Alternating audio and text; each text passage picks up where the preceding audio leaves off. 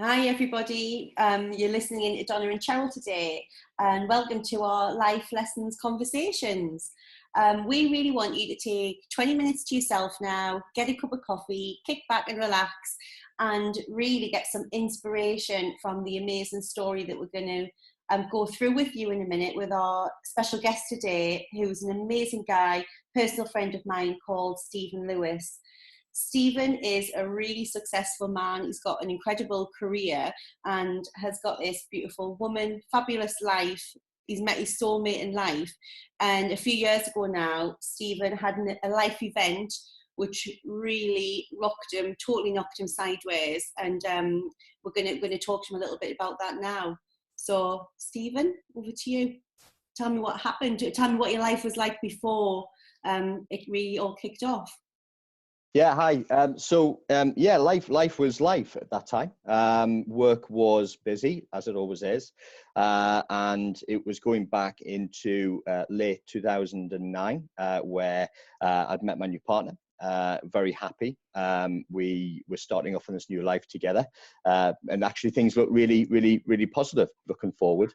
I'd noticed myself things didn't seem right. I mean, I was in my mid-30s, just assuming my body was changing and life was catching up on me. But there were sort of small things happening in my life day to day, such as I'd be carrying the kids around and then I'd trip over because I couldn't see in front of me, or I'd pick up these headaches quite often, and some of them really quite severe.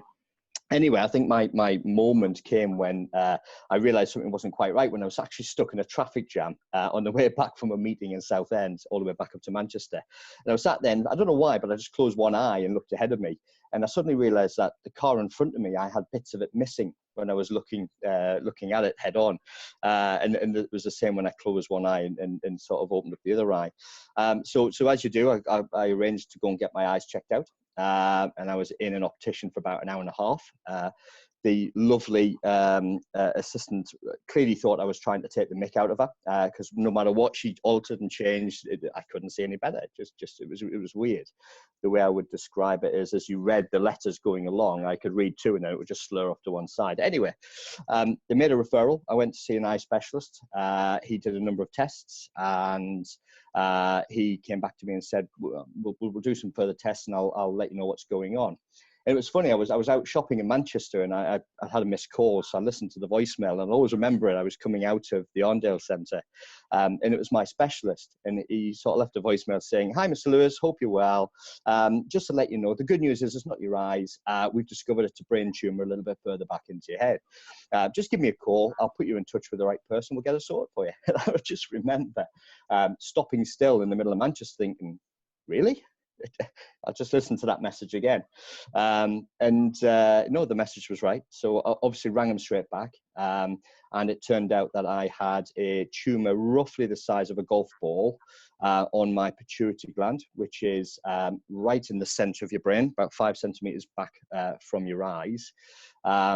I was put in touch with a surgeon at the Salford Royal Hospital, who turns out to be absolutely leading in his field, who reassured me and said, "Look, we can sort this out for you.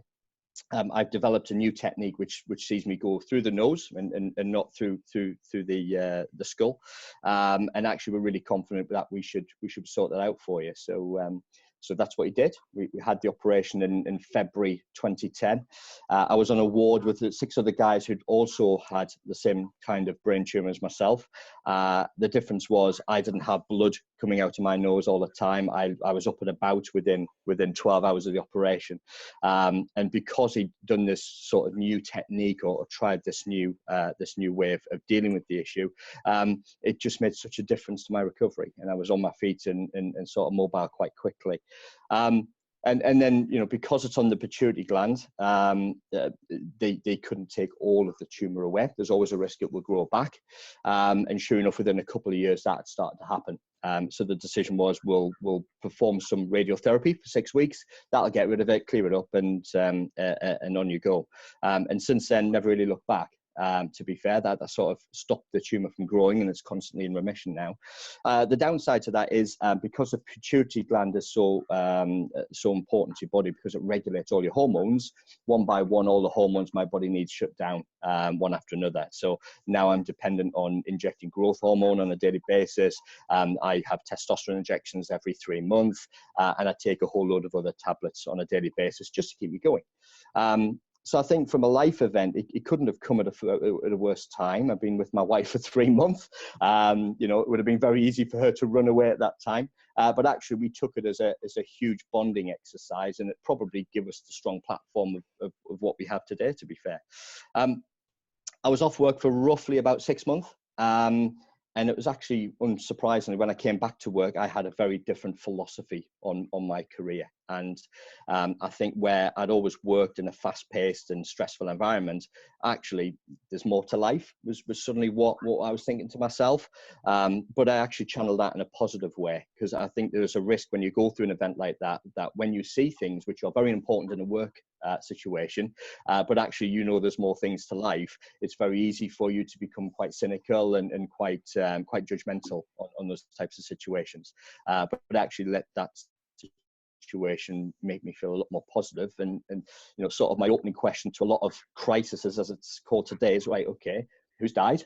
Nobody's died. Let's move on from it, guys. We can deal with this. And that sort of tends to be my philosophy moving forward. So yeah, an interesting journey. Wow, and that's an amazing story. And to hear you talk through that, and the positivity that kind of comes across, and the way that you've just dealt with all of this is absolutely amazing. I'm just thinking, I mean, it must have been really, really stressful for you in the period where you didn't know what was wrong with you, when you were having your headaches, then your eyes, you know, like what was going on for you through that time? How did you deal with that phase of it, Stephen? I've always been quite good at compartmentalizing my life. Work is work, home is home, and although they over sort of cross on occasion, I'm very good at keeping that separate. And I think actually using the situation of the upheaval and throughout the period of not knowing what was happening, just focusing on work and making sure I was doing the best job I could, sort of helped me get through that. I knew I had support at home. That, you know, that was a given, and you know, that I'm really lucky that was the case. And just heading into it head on, not burying my head in the sand. That's how you deal with these types of things. And I think that's probably how I got through it. Wow, like I say, it's amazing, really, isn't it? That you're dealing with all of that, and then you're able to actually decompartmentalize that and actually just focus on everything that's happening, like step by step, which is brilliant. And you just mentioned there about having support from your family, and you just met your now wife for only 3 months, so that must have been a bit of a worrying time. How did your family and your girlfriend support you? Just been there, to be fair. I think we're both very strong people naturally, and we have this great way of using humour to get through situations like that. There are many stories where we'd have a laugh. I mean, I even nicknamed the tumour at one point Billy. You know, so when you refer to your own tumour as Billy, and you know, it sort of just it just helps you sort of relax a bit. I know that's a really strange word to use, but there's nothing you can do about it. You're in the hands of professionals. Yeah. You do what they tell you to do, and you're going to come out of it all right. And yes, there's risks. There was all sorts of risks read out ahead of the operation. But you know what? You put your hands in these professionals and you trust them, and that's what happened. So overall, yeah, we use humour. I think it's probably the best way of getting through situations like that. And actually, it really helps now as well from a work perspective, because you know, everybody is going through their own challenges in life. Some of them huge, some of them medical, some of them feel huge, but maybe it's not. So I do feel I'm in a good position now to help coach and mentor people through those types of situations by just being myself, and just reflecting on how I felt through some of the events that life gave me or challenged me with. And actually, you know, there was a young girl at work the other day who I now wear a medical alert bracelet on my wrist, so people know if anything was to happen to me that I do take certain tablets. And she spotted it, and she, you know, very brave of her, asked me, you know, do you mind me asking why you wear that? And we got talking. And the reason she asked that, she'd only been told the week before that she had a genetic issue herself. Mm-hmm. And she was really struggling to deal with that. So just by opening up and talking to her and sort of scraping the surface of how she felt, she left feeling much, much better. And, you know, in a workplace, I'm somebody who is now seen as a go-to person who will not only help from a work perspective, but also in personal life. So yeah. And that's really important for you, I suppose, at work, to be able to be open and share your story as well, and use it to kind of inspire other people and coach and mentor. I'm really interested to know where you got your inner strength from. So we hear you say, you know, you kind of just deal with things step by step. You've got to just deal with it. Like, where does that come from? How are you like that? Good question. I think it's just me. If I'm being brutally honest. I mean, from a very young age, my parents, I'm very lucky. The only thing they ever asked for me is work as hard as you can, be polite to people, and you know, be respectful. And that's three principles I've always lived to. So I think that sort of drives the resiliency in you. You are who you are. But you know, I'm always the person who, if somebody says, "Do you want to try this?" I'll say, "Yeah, why not?" You know. Whether it's in a personal life or home, I'm not afraid to put myself outside of my comfort zone. And to be fair, that's the only way I'm going to learn in life. You go through life to experience things. And if you don't experience things, you don't learn and grow. And the biggest thing, I think, certainly from an early age, I mean, the approach of sort of work as hard as you can sounds brilliant when you're a child, but maybe I didn't get the grades I really could have and should have if I'd applied myself. So I think some of that learning comes across as well. And you think, actually, whatever I step into now, I've got my level, and I'm a bit of a perfectionist. And if I don't hit that level, I will push myself till I do get to that level. So yeah, I think it's just me, to be fair. It's a good you. It is. It's a good you. Interestingly, speaking about, you know, how you called him Billy as well, that's actually one of the strategies they give you with pain management and things these days, is to actually name like what's wrong with you or your pain and talk to it. So you're not, again, we talk about manifestation a lot, and, you know, the universe sending you stuff, and the main theory is that if you are resistant to something, it actually causes you more pain and stress and anguish in your life.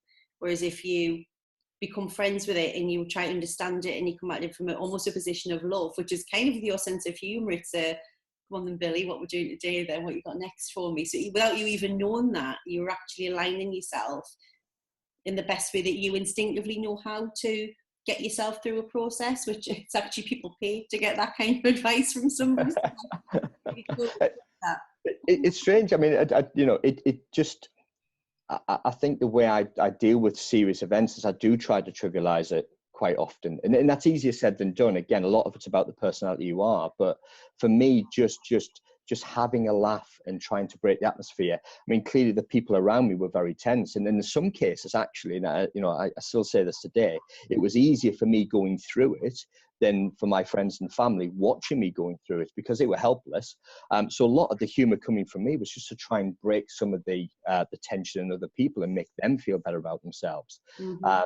So I mean, the humor seemed to work quite well. And you know, hand on heart, I think I only really had one wobble in the sort of 3 months between the diagnostic and the actual operation, where I did sort of break down and had a few tears, and it all became very real. But sort of that was it out the system, and I moved straight back on from there. And that wasn't that wasn't me holding things back or trying to be strong. That was me just being me, I suppose.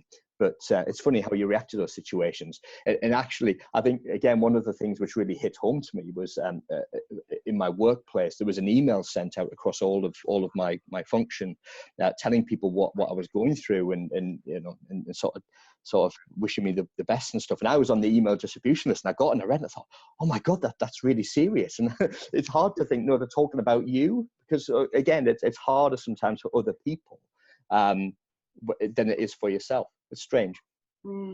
Absolutely. So you go through this event. Tell us how it's changed how you think and how you operate, and what your life looks like following that huge life-changing experience. What's been the biggest difference, do you think, since? So I think it's self-awareness. I think whilst I'm under medication, and it takes a while to get yourself to the right level so your body acts normally, you know, it's certainly been hard to adapt to a new me. if you know, if that makes sense. I mean, I can't stress enough, your pituitary gland literally is your personality. It controls what you laugh at, what you cry at. It controls when you feel tired. I mean, it's you. And certainly for the early days, as I was trying to get my dosage correct, you go through those hormonal situations, and I'd cry at things which were ridiculous. You know, one of my kids wouldn't do what I asked them to do, and I found myself in tears about it. I mean, this is something I'd never experienced before. At the same time, you know, as I'm coming towards the end of my testosterone cycle, it's very natural for me as I'm coming through the lag to start getting irritable and quite tired and quite short-tempered. And whilst that was equally difficult to handle from a home perspective as well as a work perspective, you've got to understand that. And when your wife's telling you, are you due your injection? You know, you sort of response is, no, I'm not, I'm perfectly okay, blah, blah, blah, blah, blah. But she's right, because she knows me better than anybody. But actually, being a professional in a fast-paced